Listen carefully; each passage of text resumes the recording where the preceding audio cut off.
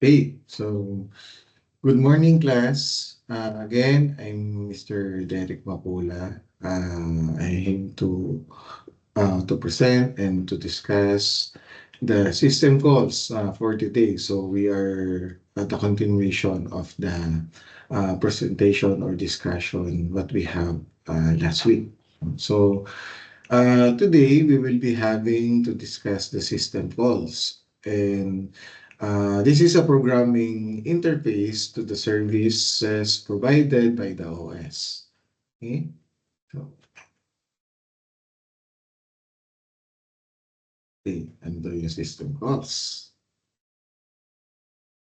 So, typically, written in a high-level language, C or C++. So, usually ito yung ginamit natin siguro for the first time of your programming language no, that you handle.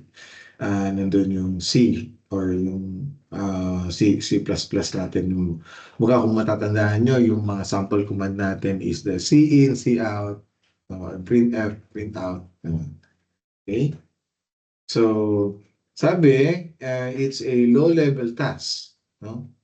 Task where hardware must be accessed directly. It may need to be written using assembly language. So, technically, direct daw to, no? Direct access dun sa mga hardware natin. And need to be written. Yeah, we are using yung assembly language. Okay? And how system are used. Okay? So this is just an example. So we have the source file and then we also have the destination file. So lagi tayong meron ganito. And ito daw yung mga in-between na nangyayari or mga execution or system calls um, inside, no? Between dun sa source file and also destination file. So, mga sample nito is may mga sequence siya, no? Acquire input file name, write prompt on the screen, ba i-display natin sa screen, accept natin kung anong input, halimbawa, yung mga yes or no or enter, then acquire file name, output file name, kung ano yung file name nung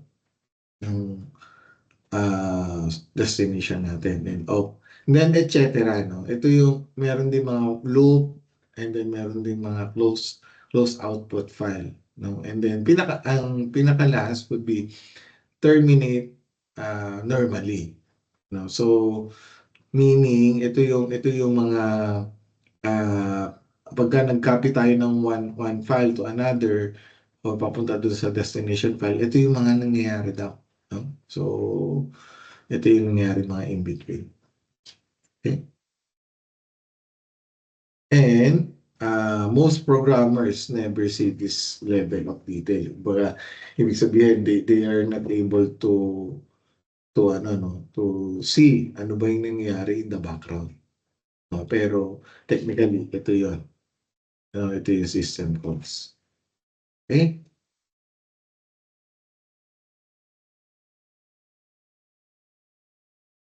And next.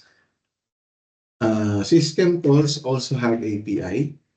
And this is mostly accessed by programs via high-level application program interface or what we call the API rather than directly system call use. So API usually just to give you an example, no, yung API is being used. For example, you also have a you want to integrate two systems, no? Parang halimbawa, meron kang isang ginawang system and you want to integrate with other system. Halimbawa, BBL for example. No? And um, yung mismong program mo needs to have an API or parang you're going to call or you're going to be integrated yung BBL through an API. Kumbaga parang siya yung pinaka-in-between para magkaroon sila ng connection. Okay?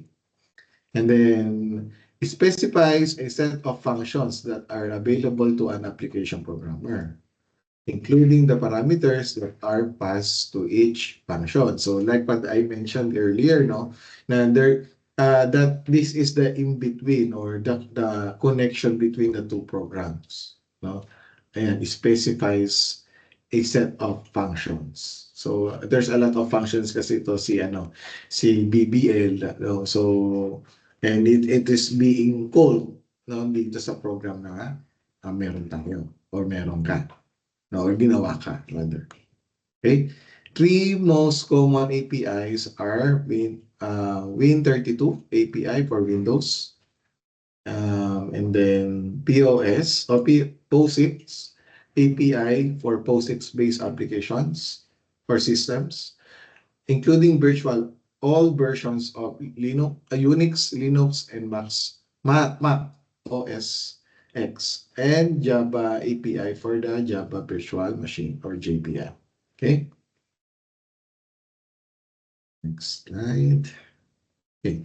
System calls application. So the system call provide an interface to the operating system services. So siya daw yung po-provide mga interface for the operating system services. So, okay. Then, application developers often do not have direct access to the system calls, but can access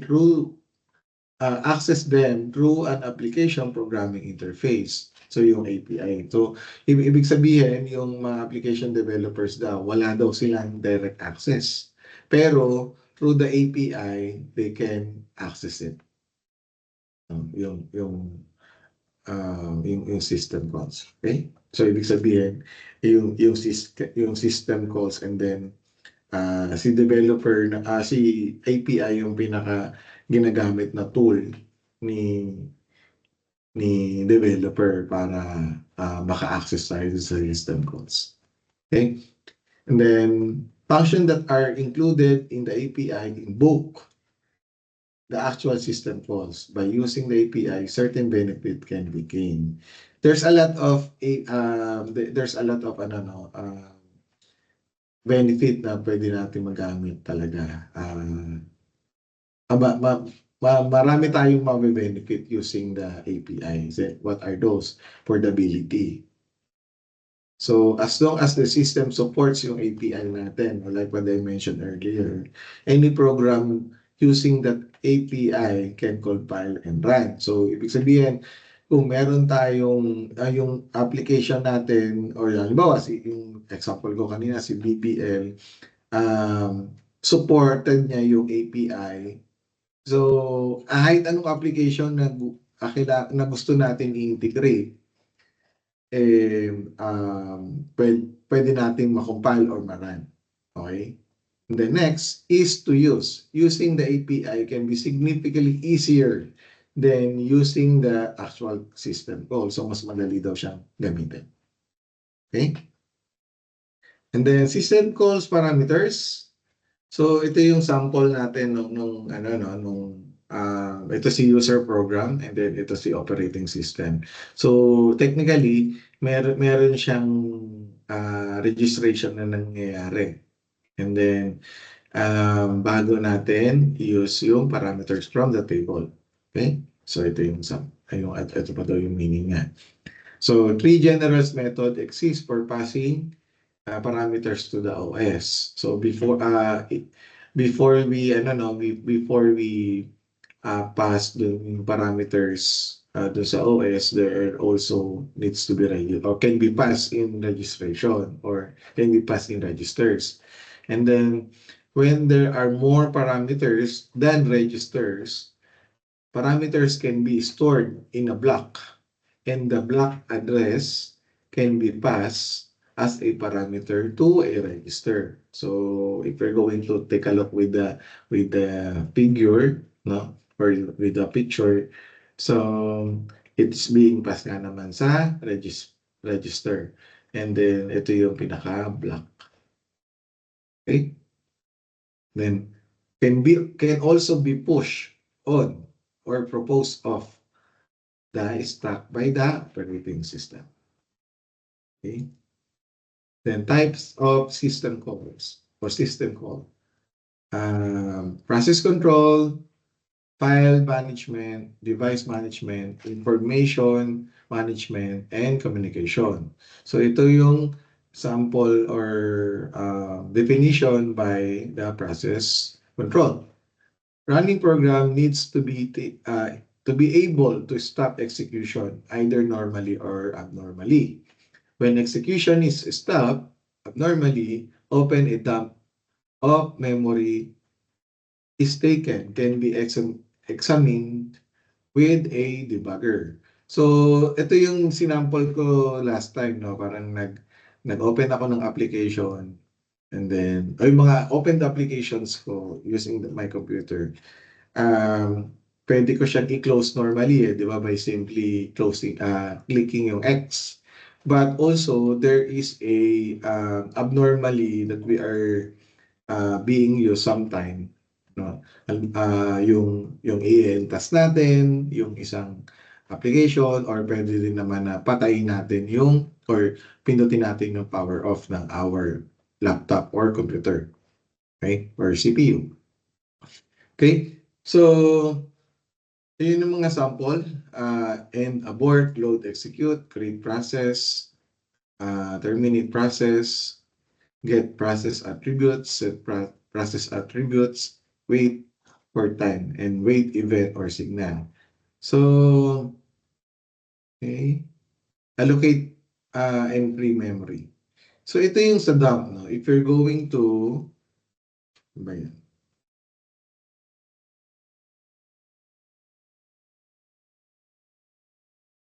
Bigyan ko kayo ng sample. Yan. So, this is how we, we, this is how we set up yung dumps natin. So, dun sa home screen natin, right-click tayo dun sa PC and then select properties. And then as advanced system settings, and then click natin yung under the startup and recovery, click natin yung settings. Okay? So, usually, sa laptop natin, naka ano yan eh, hindi yan naka-set up.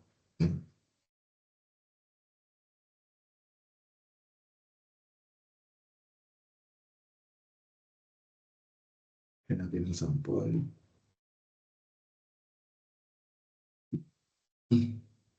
Yan, automatic memory dump. Pero, hindi mo siya when I try to search it, hindi ko siya nakita.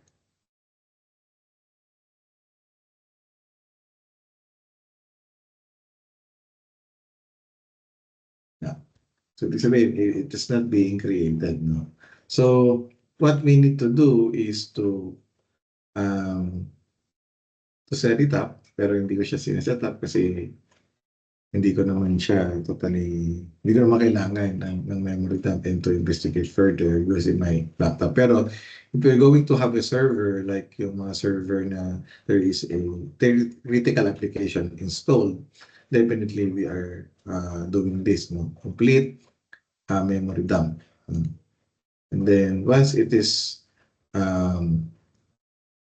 once this is a set up, makikita natin yan. And then, usually, makikita natin, you can locate yung the small memory dump dito. Pero, ngayon, since hindi siya nakaset up on my laptop, I cannot see it.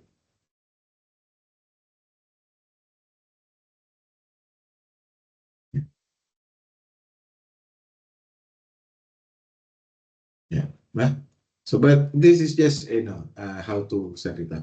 Okay, pero if you do not need to do it on your laptop, hindi naman kailangan, but I just want you to see it lang how is this being set up. Okay? And then, file management. Okay? Usually, yung common system calls natin dito is to create, delete, read, write, reposition, or close.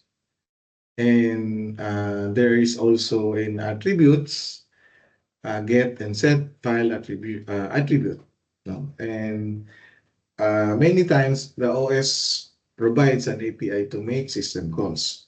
Okay? So ano yung sample? Create file, delete file, open, close file, read, write, reposition, get and set file attributes. Okay? So those are the common system calls for file management. Okay? And device management usually requires several resources to execute. If these resources are available, they will be granted and control return to the user process. These resources are also thought as devices. Some are physical, such as a video card, and others of abstract, such a file. So, meaning, yung sa device management natin is usually meron tayong mga devices that we are using, parang input and output din.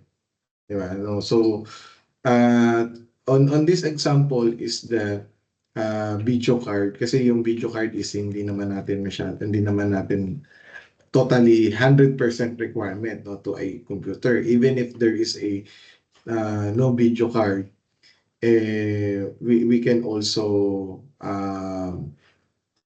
we can also able to run yung operating system natin. Diba? So yung video card is mga graphic cards natin na kailangan natin usually sa mga high specs na applications or high specifications requirement ng mga application. Ano ba yung mga sample nun? Kung meron sa inyong familiar with the online games na mga kailangan ng high resolutions, no? Definitely we are using a video card. Okay? Then there's a lot of ano din, no? There's a lot of devices that we can also attach to our computer, which is type of the system called that. Okay? And then user program requests the device when finish and they release the device. So similar to files, we can read, write, reposition to reposition the device. Okay? Request device, release device. Kumbaga parang yung tulad ng ano natin, yung sa USB natin, di ba? Request and release natin. Kumbaga request, kailangan natin i-insert, tapos minsan kailangan natin i-eject. And then read, write, reposition, get device attributes, set device attributes, logically attach or detach devices. Okay? And then for the types of system call under information management, system calls exist purely for transferring information between the user program and the operating system. And one of a good sample of this is the time or the date. You know, the OS also keeps information about all its processes and provides system calls to report this information. So get time or date or set time or date. Get system data or system date. Get and set process style or device attributes. So just to give you an example dito kay time or date. Usually, 'di ba, kung makikita natin yung ano natin, yung date natin, even if nakapatay siya, you know, naging being updated pa rin siya from time to time. So that is one of the best example of the system called under information management. Okay, so for the communication, two models of inter-process communication, the message passing model and also shared memory. So, yan, like what I mentioned last time, no, yung ginagamit natin for Teams is also a message passing.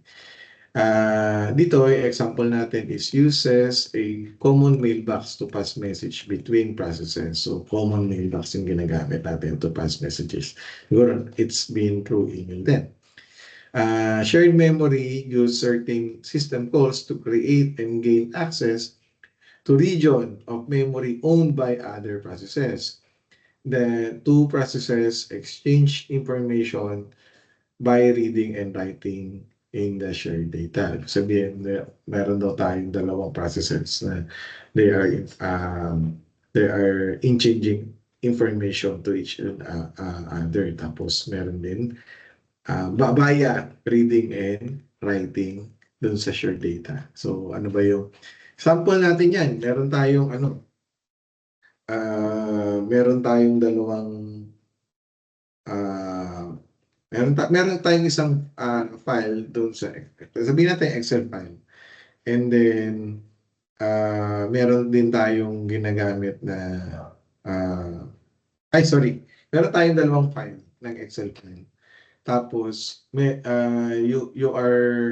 tayong mga VLOOKUP di ba? VLOOKUP na you are getting information from one Excel file to another. No? So this is also one of the good example then that they are reading and writing information.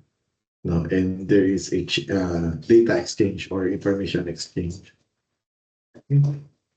So yeah, hey, shared memory or communication can also create, delete communication connection.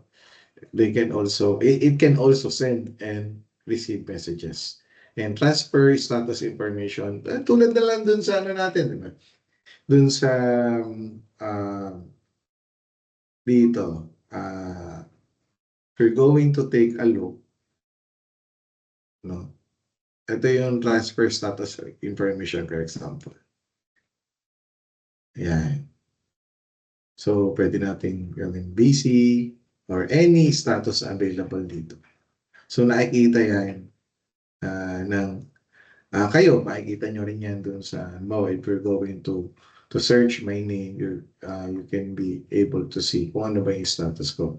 That is one of the transfer status information. Kasi it is being received by you kung ano ba yung information na sinet ko here in Teams. Okay? And also lastly is attach and detach remote devices. Okay?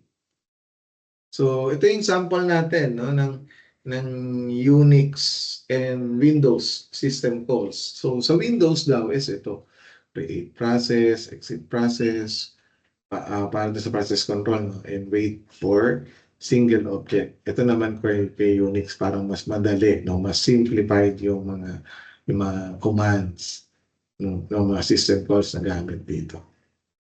Okay? File manipulation. Ito yung sa file manipulation natin. No, parang napaka-basic yung sa Unix, no? Pero yung sa medyo mahaba lang ng konti. Okay? Ito yung sa data manipulation, information maintenance, communication, and protection. Okay? Division of system program.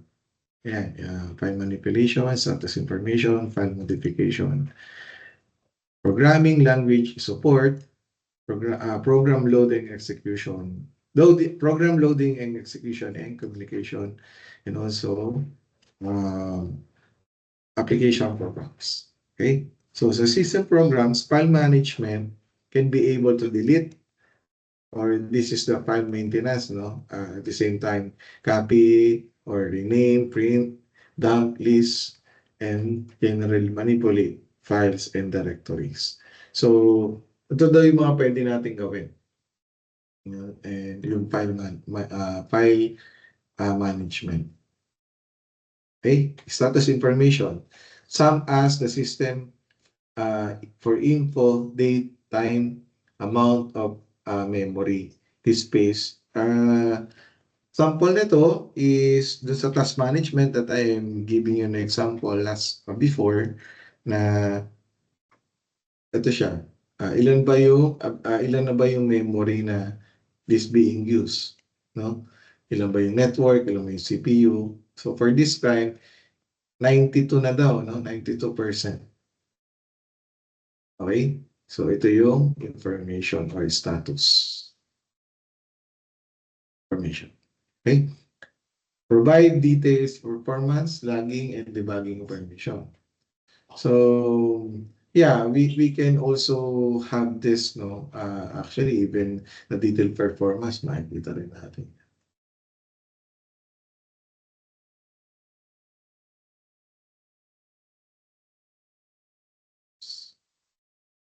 So meron ding sa Windows, may can also see yung performance niya. Kung di ako nagkakamali, no? May term doon eh. May mon yun eh. So let me share it. Let me find it. PerkMon. Yeah, the PerkMon.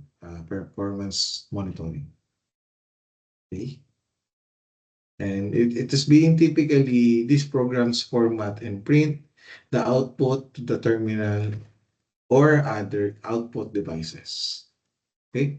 And lastly, some systems implement a registry used to store and retrieve configuration. Di ba meron tayong mga system registry on our computer. Minsan, di ba may mga, andun yung mga, ano natin, yung mga configuration na minsan, we can also, pinapalitan natin siya, di ba? So, for some reason na kailangan natin as requirement or maybe troubleshooting. So, ayan. Under siya na status information. Okay? File modification, text editor to create and modify files. Ano ba yung mga sample natin? Mga notepad, no? Mga text editors to create natin. Okay? And then special commands to search contents of files or perform transformations of the text.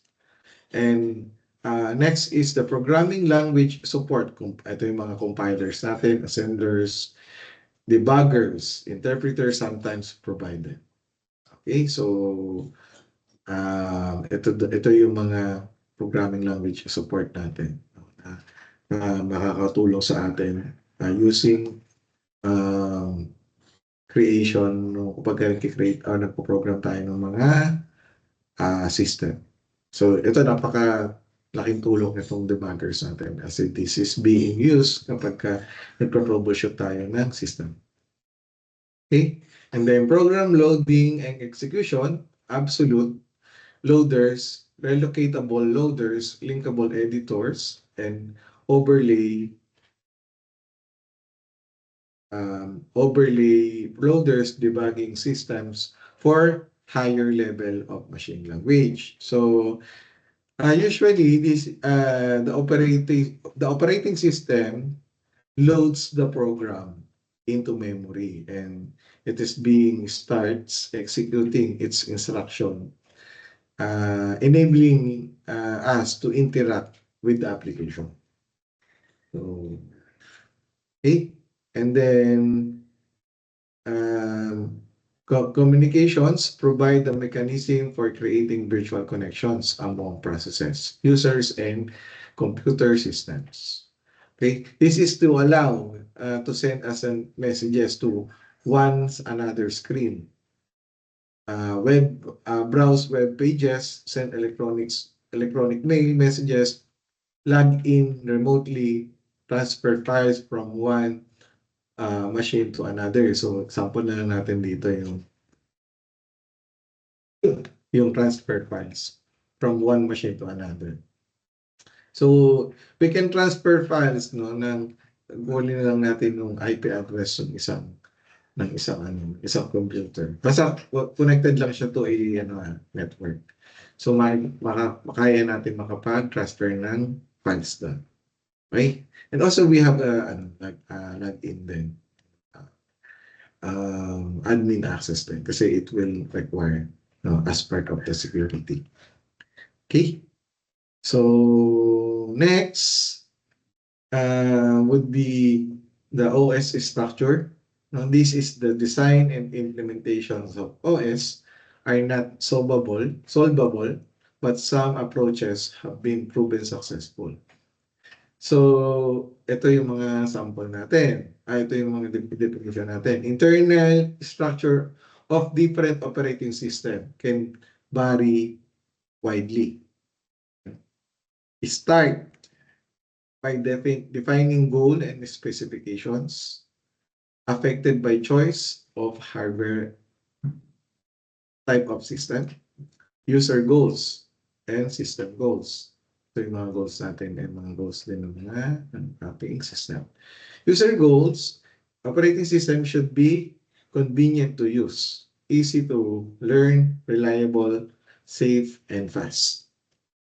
Okay, and then while our system goals, operating system should be easy to design, implement, and maintain, as well as flexible, reliable, error-free, and efficient.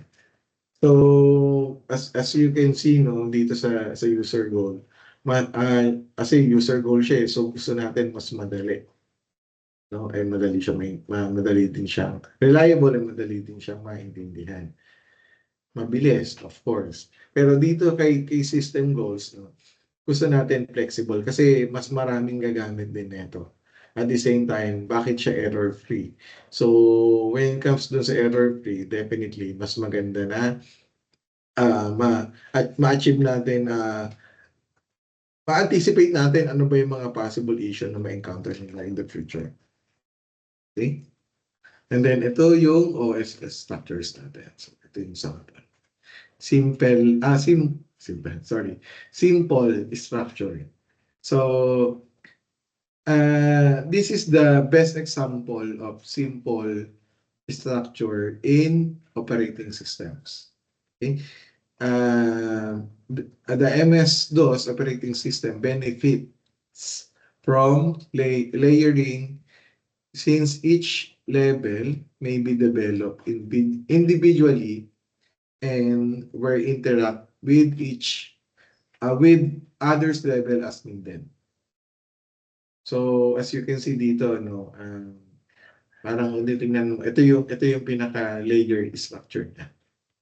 So written to provide the most functionally, at least in the least space. Okay, not divided into modules. Although MS-DOS has some structure, its interface and levels of functionality are not well separated. Okay, so ano naman siya? Madali. Titingnan natin, no? Napaka-basic nung ano niya, nung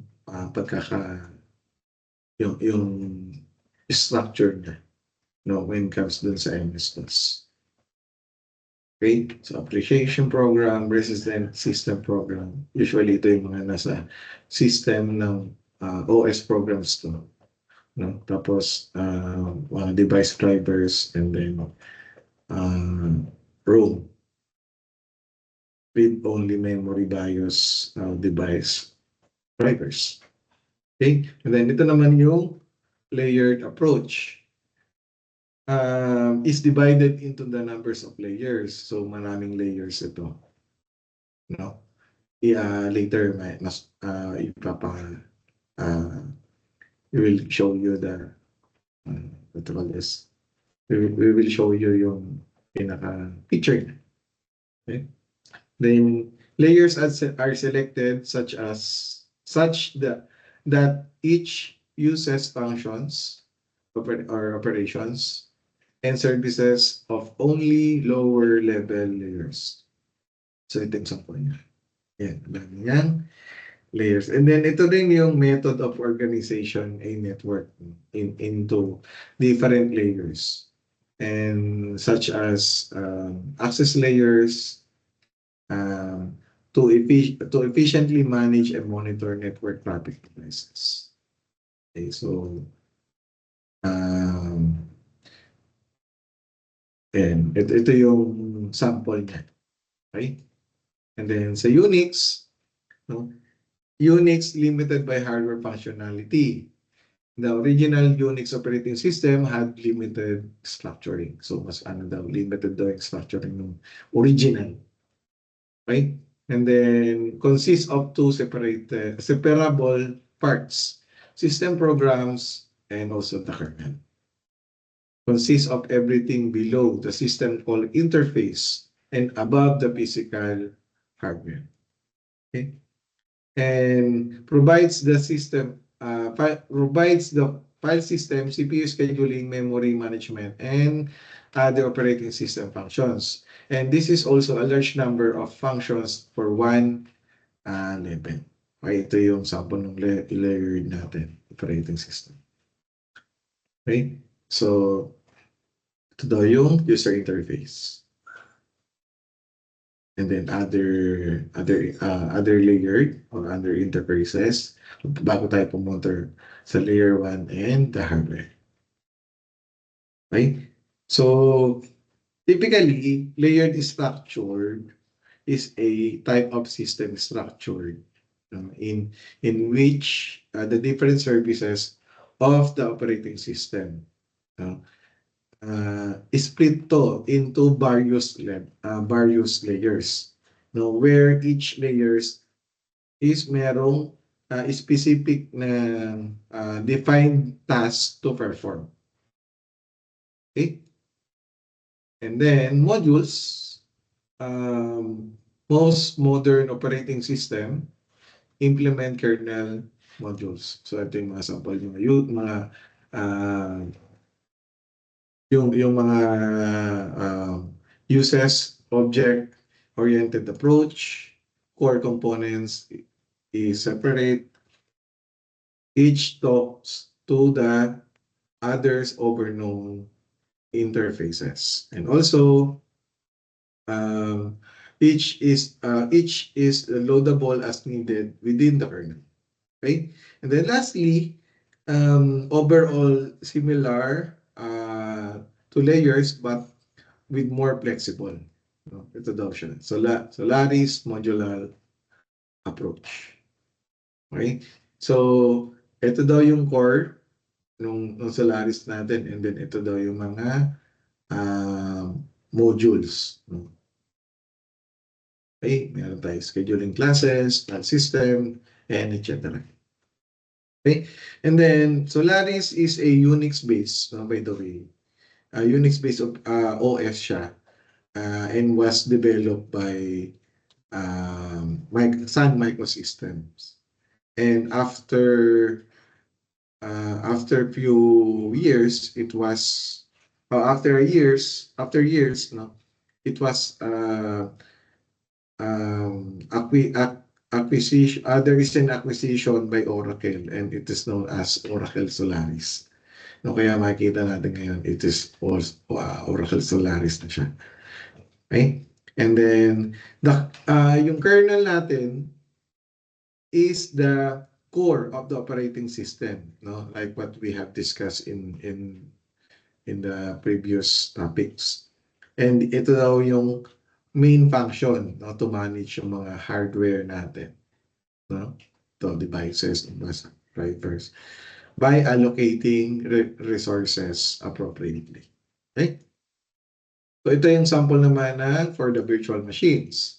So a virtual machine takes the layered approach to its logical conclusion. It treats hardware and the operating system kernel as though they were all hardware. So, ano siya, kung titingnan nyo parang hindi niya totally tinitreat, no, na virtual siya. Talaga as hardware. Later on, mas mabibigyan ko kayo ng idea. And a virtual machine provides an interface identical to underlying bare hardware. So parang, sabi nga nito, parang identical, no? Dun sa mga hardware niya. So, ano ba yung mga sample nito? So, there is a host, no? Operating system host creates the illusion that a processes that its own process and virtual memory. So, ibig sabihin, si host mismo, there is an operating system that handle yung mga virtual machines natin. And it is para ma-identify natin or to make them identical, hindi tayo manilito kung sino ba. Unang-una, meron siyang mga signal numbers, di ba? Meron din siya yung mga naming convention, and check na. Okay? Ayun. Each guest provided with a virtual copy of underlying computer. So, ito yung history and benefit natin ng virtual machines. Okay? This was first appeared commercially by IBM mainframes in 1972. Fundamentally multiple execution environments by different operating system and can share the system hardware. So, ibig sabihin, from the words na can share the system hardware, meron tayong mga hardware, no, na yung mga virtual machines under that hardware, they are sharing their resources. So, ibig sabihin, kung meron kang 100 gig na memory, so and then meron kang 10 virtual machine, they are sharing for 100 gig of memory. Okay? Protect from each other. Some sharing of file can be permitted and controlled, and communicate with each other or physical system via networking. So, sabihin they are connecting pa rin with other physical system, or alam mo kung meron tayong mga storage devices or network devices, they are connected pa rin through the network. Okay? Useful for development and testing. Okay? So, ito yung sample niya, no? Ito yung hardware. Okay? Dito yung mga processes, the kernel, and hardware. Ito naman, ito yung usual na ginagawa natin kapag one physical box and one logical, parang 1:1 lang. No, hindi ka gagamit ng virtual machines. So, ito siya. And then, ito naman sa virtual machines, ito yung isang hardware lang, no? Tapos meron kang operating system on what we call the hypervisor. Tapos, ito yung mga virtual machine na running. Ibig sabihin, parang isang physical hardware, pero tatlong logical yung pwedeng parang isa lang yung hardware mo, no? Powerful hardware siya, pero multiple yung logical OS niya sa loob. Okay? Ito na virtual machines. Okay, 1:1 to. Ito naman, 1:many.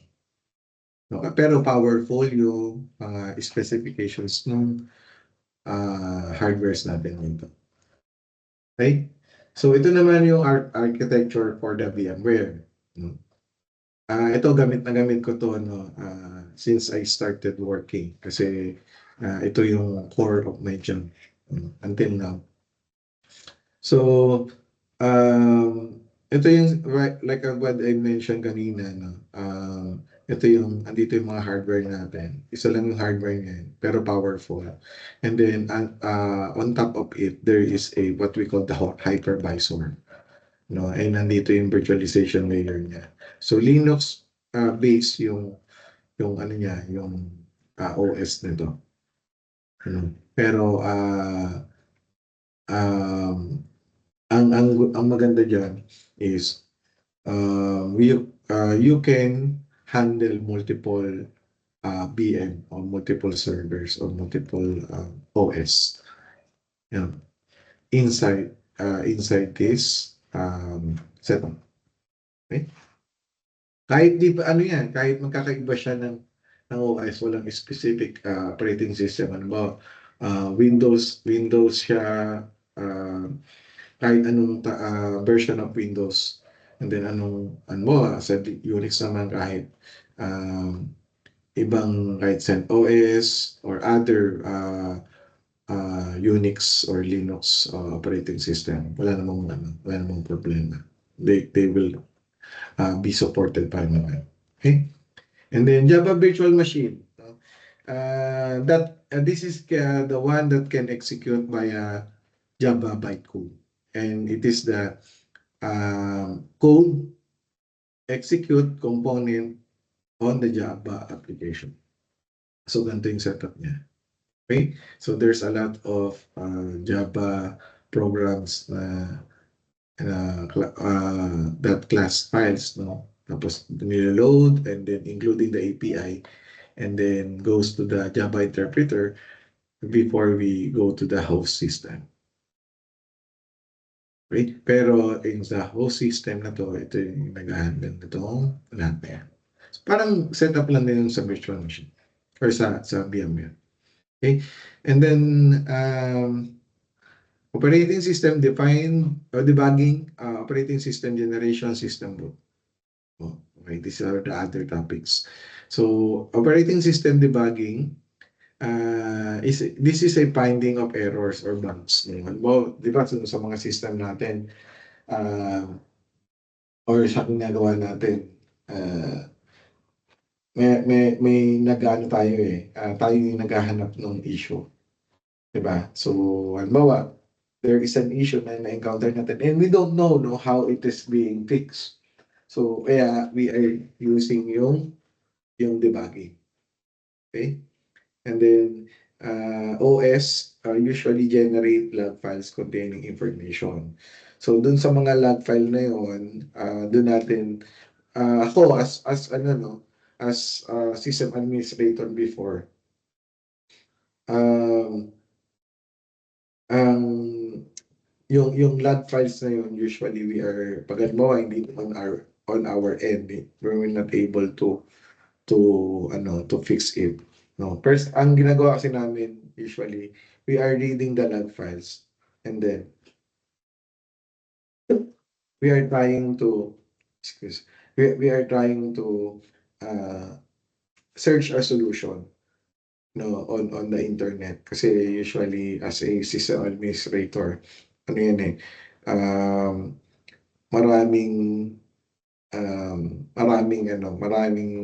nakalagay sa internet na mga possible solution dun sa naki-create na log files. No? Halimbawa, meron siyang error code.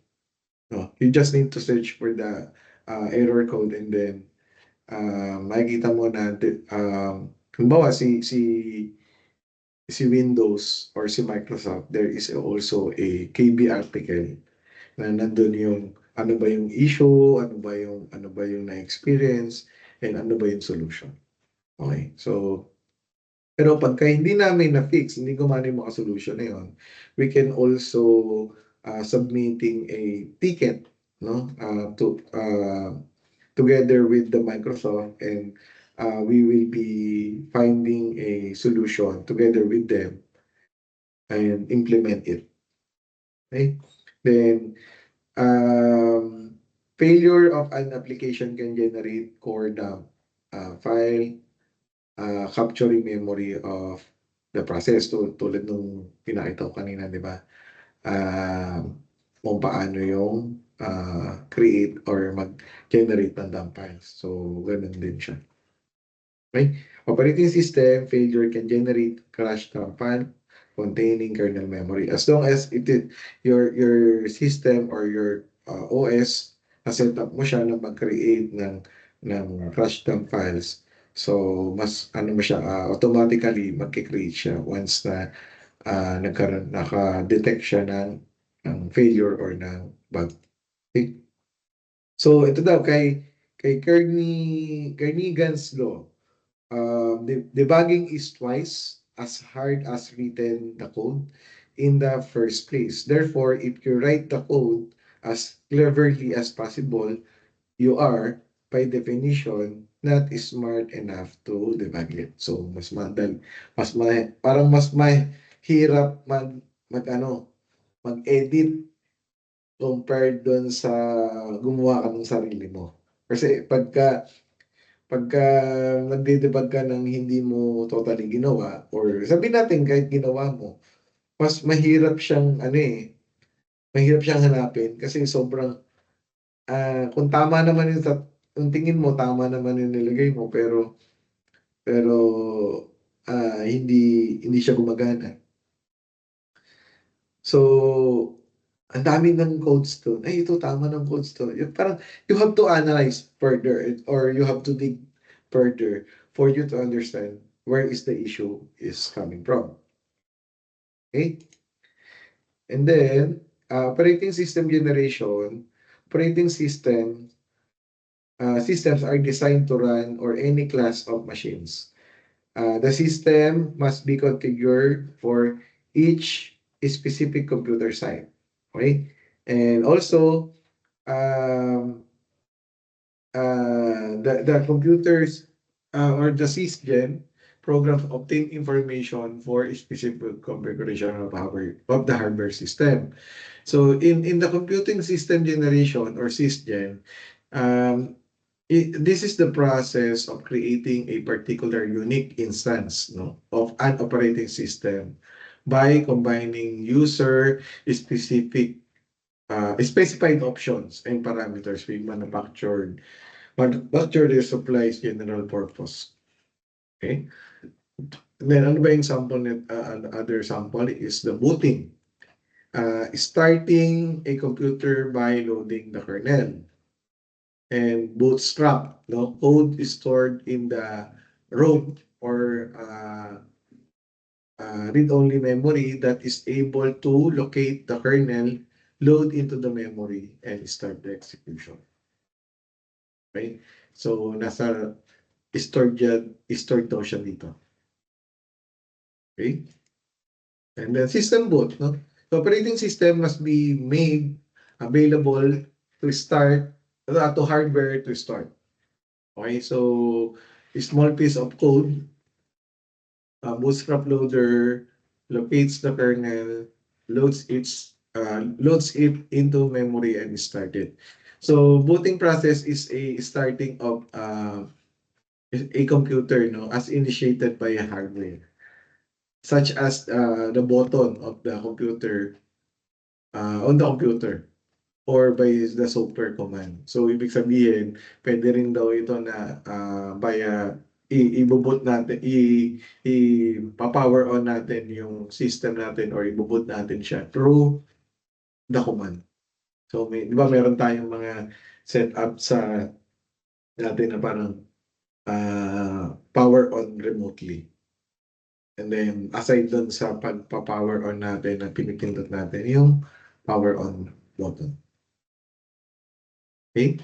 And also, sometimes two steps process where boot block at fixed location and loads bootstrap loader. And then, lastly, when power initialized on system, execution starts at a fixed memory location.